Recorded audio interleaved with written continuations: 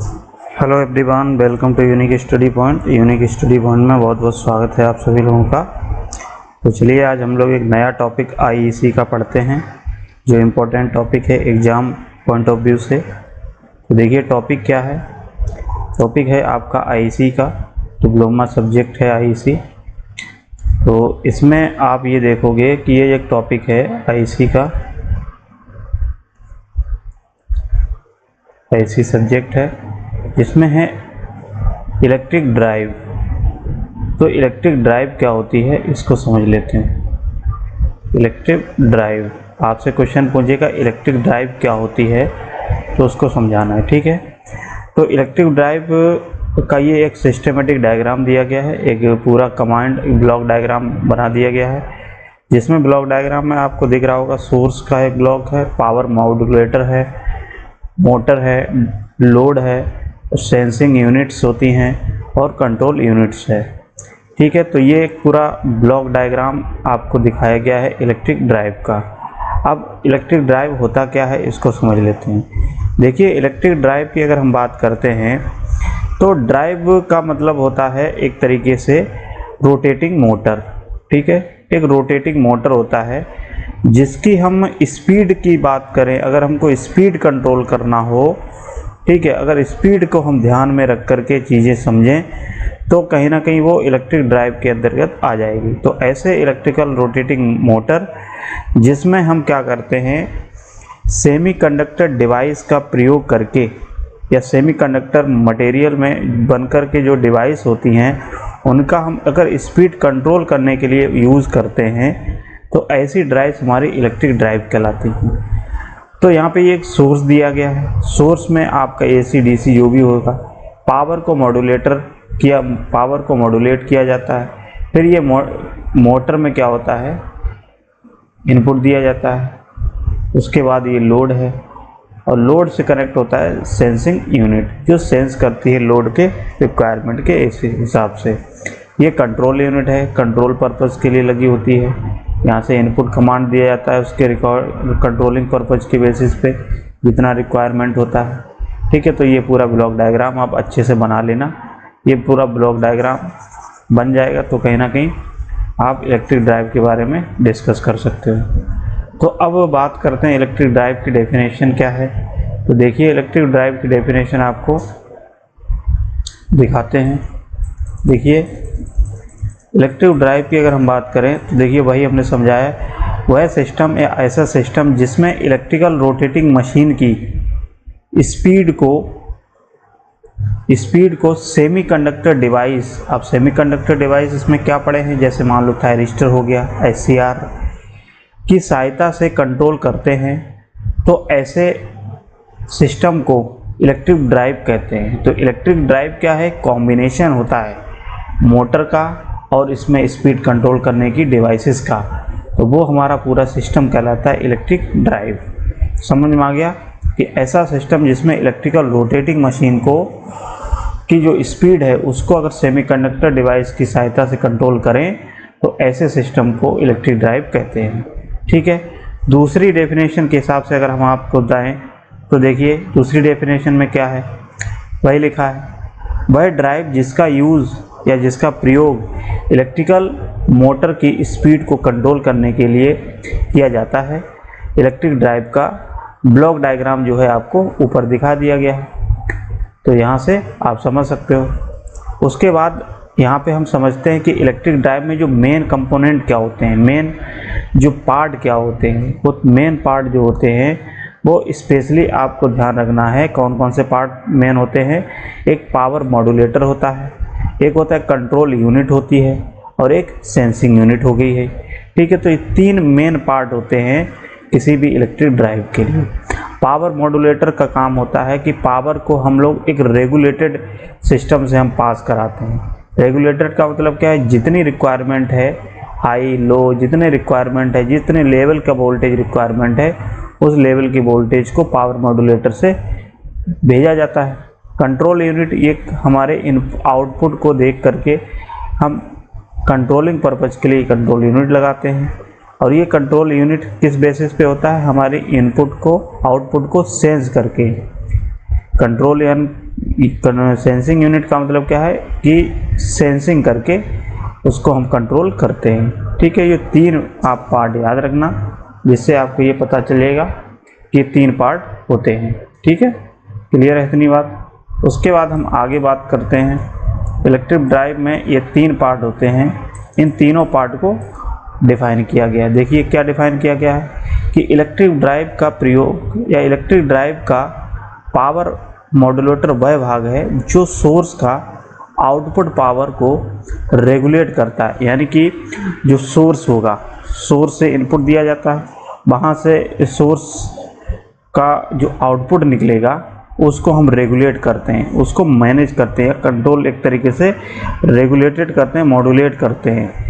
Power modulator motor के requirement के आधार पर एनर्जी को कन्वर्ट करता है। ठीक है, एसी को डीसी में, डीसी को एसी में, ऐसे कह सकते हो।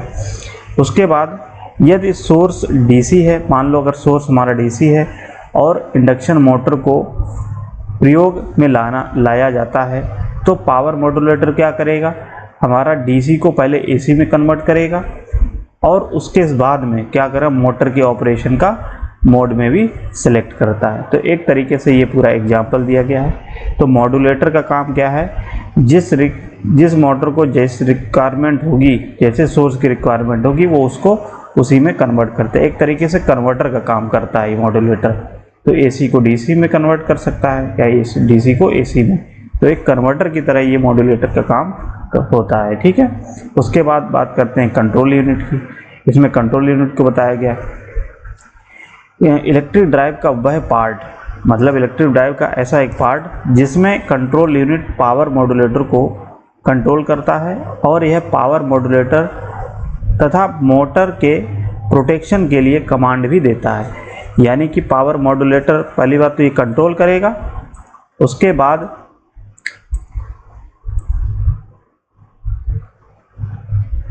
बाद क्या करता है, ये इनपुट कमांड देता है सिग्नल ड्राइव को, जिसके ऑपरेटिंग पॉइंट चेंज हो जाता है उसके इनपुट के बेसिस पे।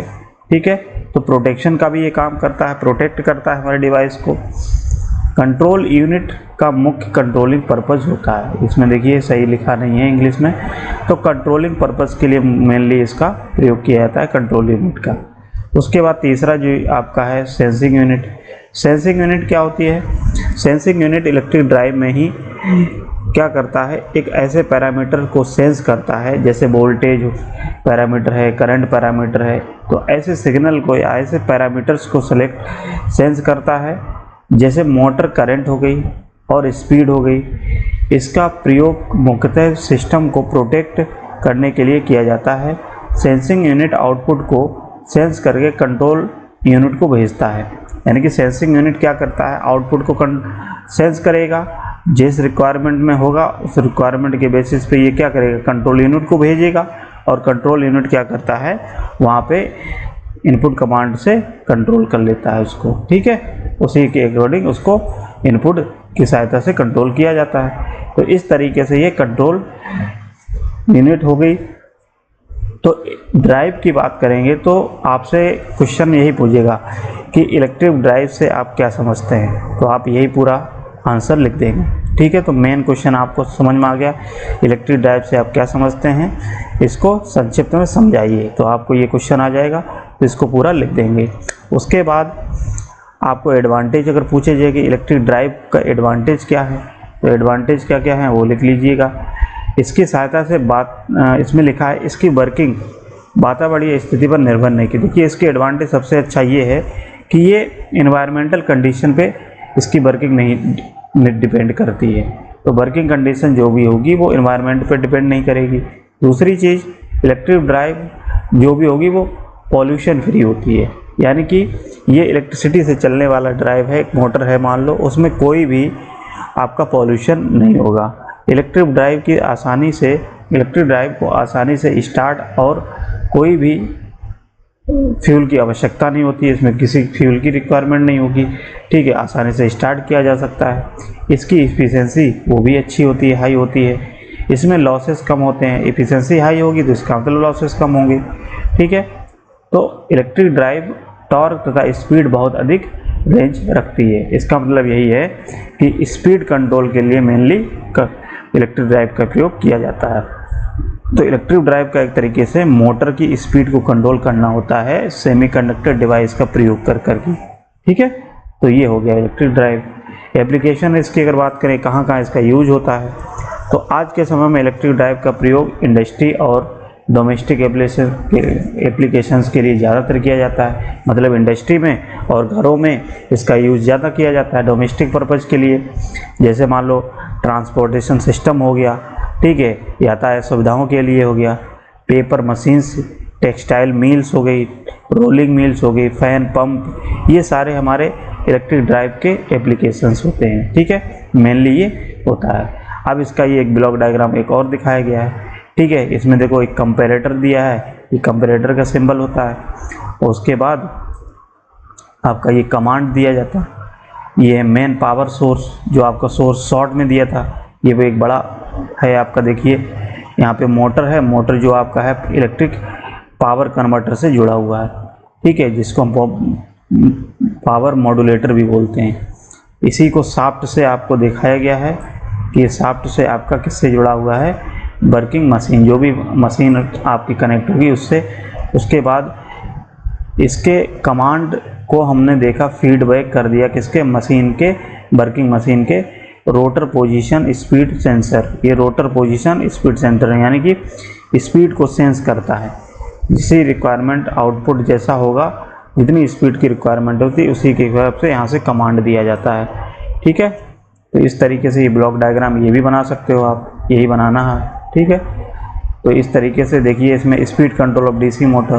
तो स्पीड कंट्रोल डीसी मोटर की आप पढ़ चुके हो कि स्पीड कंट्रोल करने के लिए एक फार्मूला आपको बताया था कि स्पीड का फार्मूला क्या होता है, N directly proportional phi upon EV, ये फार्मूला होता है मोटर की स्पीड कंट्रोल करना होता है। ठीक है, तो इसमें देखिए आ नहीं रहा है, इसको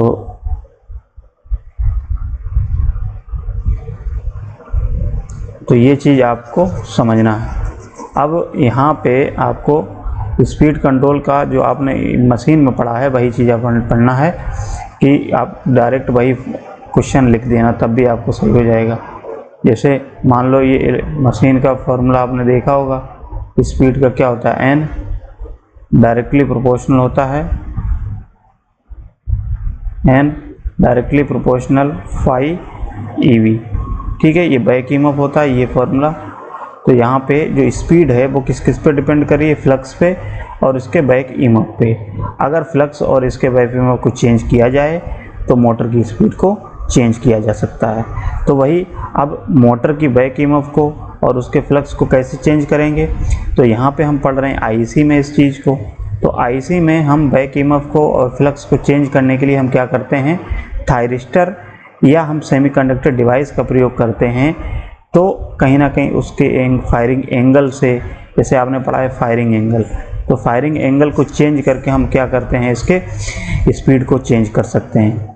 ठीक है, पावर कन्वर्टर में देखिए यहाँ पे लिखा है, आपको आप आगे बढ़ाएं तो आपको समझ में आएगा। Speed control of DC motor में लिखा है डीसी मोटर की स्पीड को थायरिस्टर या पावर कन्वर्टर से के रिक्वायरमेंट के अनुसार स्पीड को आसानी से कंट्रोल किया जाता है, किया जा सकता है। जैसा कि हम जानते हैं कि स्पीड कंट्रोल को इस फॉर्मूले से आसानी से समझा जा सकता है। ये फॉर्मूला आपने पढ़ा है, ठीक है, सेकेंड ईयर में, पिछले सेमेस्टर में आपने पढ़ा है formula N directly proportional EV upon phi. तो ये फॉर्मूला होता है ईवी अपॉन फाई, सॉरी ये वाला गलत है। तो यहाँ पे ये ध्यान देना, ये फॉर्मूला नहीं होता है।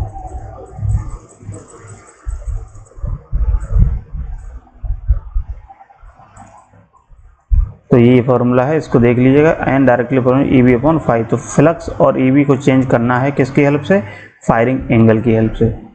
ईवी को आप लिख सकते हो B minus I A R A. ठीक है, ये हो गया। उसके बाद आप देखोगे तो यहाँ पे जो स्पीड है वो देखो वोल्टेज कंट्रोल मेथड से, field flux control method, armature control method, यानी कि आर्मेचर रेजिस्टेंस को अगर चेंज करते हैं तो आर्मेचर कंट्रोल मेथड हो जाएगा। अगर फ्लक्स को हम चेंज करते हैं उसके फील्ड फ्लक्स को, तो फील्ड फ्लक्स कंट्रोल मेथड हो जाएगा। इसी तरीके से अगर हम वोल्टेज को चेंज करते हैं, उसकी स्पीड को चेंज करने के लिए तो वोल्टेज कंट्रोल मेथड हो जाएगा। तो ये आपको आगे इसमें देख लेना है। तो ये इम्पोर्टेंट क्वेश्चन है आपके लिए। इसी तरीके से आप speed control of AC motor, जैसे एसी मोटर हो गया, एसी ड्राइव हो गया, तो ये डायग्राम बना दीजिएगा उसमें। तो डायग्राम बना करके इसमें यही आप एक्सप्लेन कर देना, ठीक है। तो स्टेटर वोल्टेज कंट्रोल मेथड ये होता है जिसमें हम क्या करते हैं, अपने स्टेटर वोल्टेज को फायरिंग एंगल की हेल्प से चेंज करते हैं। सब आपको यहाँ पे सेम